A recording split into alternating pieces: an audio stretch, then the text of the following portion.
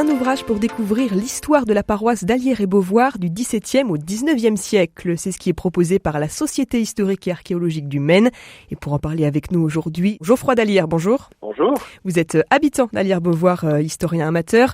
Vous êtes venu à distance avec nous, mais nous sommes en studio avec Stéphane Tison, bonjour. Bonjour. Vous êtes, vous, professeur d'histoire, vous êtes enseignant-chercheur en histoire contemporaine à l'Université du Mans. Première question, quel intérêt aujourd'hui, en 2023, de s'immerger comme ça, Stéphane Tison, dans l'histoire de cette paroisse ? Eh bien, ça permet clairement d'avoir une vision au ras du sol, comme on dit, de la vie des habitants, des Sarthois du nord du département. Alors principalement au XIXe siècle, mais on a pas mal de données qui remontent jusqu'au début du XVIIe siècle, et sur une source qui est extrêmement rare. C'est-à-dire que on a souvent des documents qui concernent ou des témoignages qui concernent les guerres, qui concernent plutôt les citadins. Là, on est réellement dans un petit village, quelques 200-250 habitants, et donc en zone rurale. Donc ce sont des espaces sur lesquels on a généralement très peu de données. Et ici, on a un récit extrêmement précis de la vie locale, nationale, internationale, au travers du regard d'un prêtre, l'abbé Magloire-Bruyère. Justement, vous vous basez sur des chroniques pour établir un petit peu cet ouvrage. Geoffroy d'Allières, qu'est-ce qu'on peut découvrir de particulier, de si atypique dans le récit de ce prêtre ? Ce qui est important, c'est de découvrir les différentes facettes de la vie quotidienne des gens. C'est aussi bien les métiers qui étaient présents dans une commune comme ça, en bordure de la forêt de Persaigne. Alors, il y a bien sûr les métiers de la forêt, les bûcherons, les sabotiers, les fendeurs de latte. Il y a les métiers de l'agriculture, il y a les métiers du commerce, il y a les artisans, les gens qui travaillent à domicile, dont des femmes qui filent le chanvre, des gens qui font des petits travaux à domicile. Ça, c'est pour la partie des activités. Et puis, il y a bien sûr la vie, l'environnement, le fait qu'il y avait de l'agriculture. Les champs étaient parfois dévastés par les cerfs, les biches, les loups ou les renards venaient croquer les oiseaux dans les poulaillers. Et puis, bien sûr, la vie quotidienne avec les auberges, dont le prêtre dit qu'elles sont un peu trop nombreuses et que ça nuit à la moralité des habitants. Il y a les marchés. Il y a les fêtes, les événements, les épidémies, les incidents, voilà, tout ce qui fait la vie quotidienne. Et c'est important de savoir de quoi était faite la vie quotidienne de nos ancêtres il y a 150 ans. Stéphane Tison, vous, en tant qu'historien, comment est-ce qu'on fait comme ça pour prendre à bras-le-corps un tel corpus de sources ? Ça demande quand même une certaine méthode de travail. Alors oui, déjà, il y a une histoire longue de ce manuscrit, mais je pense que Geoffroy peut le rappeler plus précisément que moi. Oui, c'est une histoire qui est un vrai feuilleton qui s'est déroulé sur près de 30 ans. Ce manuscrit était conservé au château d'Allières et il a été communiqué à un adjoint à la commune d'Allières vers 1995 qui en a fait des photocopies. Moi-même, je l'ai étudié vers l'année 2009 quand j'ai fait un ouvrage sur l'histoire de la famille d'Allières. Et puis, plus récemment, vers 2016, un autre habitant a découvert ce manuscrit et s'est dit que c'était une vraie pépite, un vrai trésor. Il en a parlé autour de lui et il m'en a parlé et donc ensemble nous avons décidé de publier. Ce qui est à noter, c'est que un groupe important d'habitants du village ont travaillé d'arrache-pied pendant 3 ans pour saisir sur informatique ce manuscrit. C'était un gros travail à partir d'un cahier de 262 pages et il faut leur rendre hommage parce que sans eux, rien n'aurait été fait.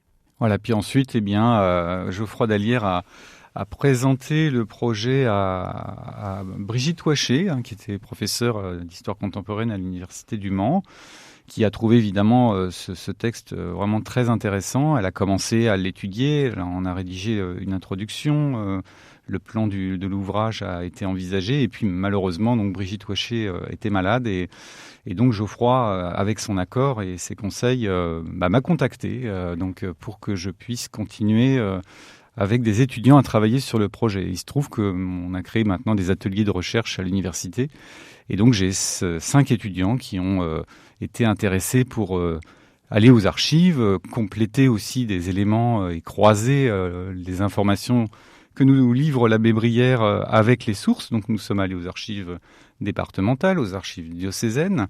Nous sommes allés sur place, où évidemment on a essayé de saisir l'importance des lieux.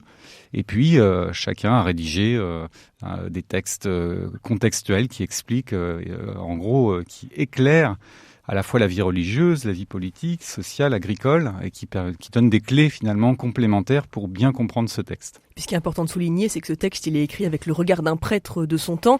Alors forcément, il y a quelques biais, si on peut dire. Il y a forcément une façon de voir, une façon de penser la société qui n'est pas nécessairement celle d'aujourd'hui. Première question, l'un ou l'autre, qu'est-ce qu'on peut savoir sur la personnalité de ce prêtre, si on devait un petit peu faire sa carte d'identité, vu que c'est lui qui écrit ce récit? Alors on a peu d'informations sur l'abbé Brière, très clairement, mais à travers ses écrits, on perçoit un homme à la fois cultivé. Il a fait ses études au séminaire, il a donc une culture classique, mais il s'intéresse aussi à la médecine. Donc on perçoit bien dans ses écrits qu'il a des connaissances déjà assez fines. C'est un homme qui est très curieux de son temps, puisque il va même raconter dans son cahier la visite de l'exposition universelle de 1867, ce qui nous permet d'avoir des informations vraiment très intéressantes, cette fois à l'échelle nationale. Il lit, on perçoit bien que une partie de ses écrits sont aussi inspirés de ce qu'il lit dans la presse locale. Les journaux sont en train d'apparaître dans les années 1850, notamment sur Mamers. Donc on a vraiment une mise en cohérence avec ces types de sources. Et puis en effet, vous le disiez, il a un regard évidemment inscrit dans sa foi et dans sa lecture chrétienne de l'époque, et donc notamment un certain nombre d'ouvriers qui blasphèment et qui ont un accident, par exemple, sont vus comme des hommes qui, justement, sont un peu châtiés du fait de leur comportement. Donc, il y a une lecture morale, bien entendu, qui est très présente dans le texte. Il y a des choses qui surprennent. Est-ce que vous avez appris, vous, en tant qu'historien, certains éléments particuliers où ça reste quand même relativement similaire à d'autres récits de prêtres de la même époque ? Moi, ce que je voudrais dire, c'est que on sent quand même, à travers l'observateur de la société, à côté de ça, on sent le pasteur qui est avec un zèle missionnaire qui est très touchant. Il a à cœur de faire découvrir la parole de Dieu.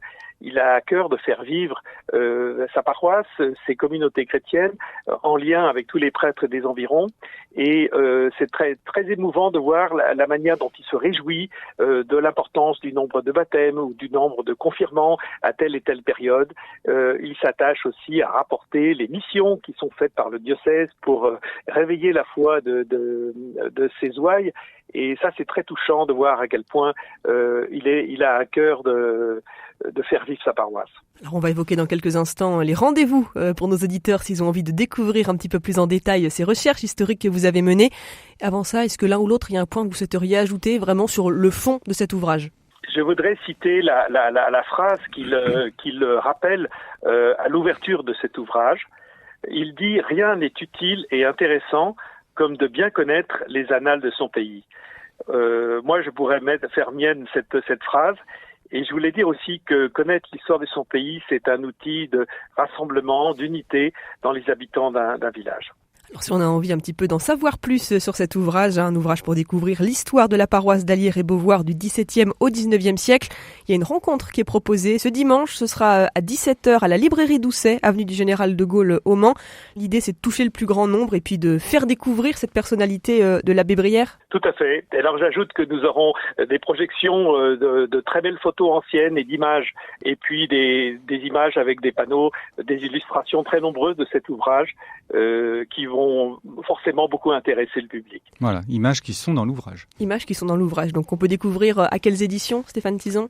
Celle de la Société historique et archéologique du Maine, qui nous a beaucoup soutenus dans ce projet et qui a permis justement l'édition de ce travail collectif. Un grand merci à tous les deux, Stéphane Tison. Vous êtes, je le rappelle, historien, enseignant-chercheur en histoire contemporaine à l'Université du Mans.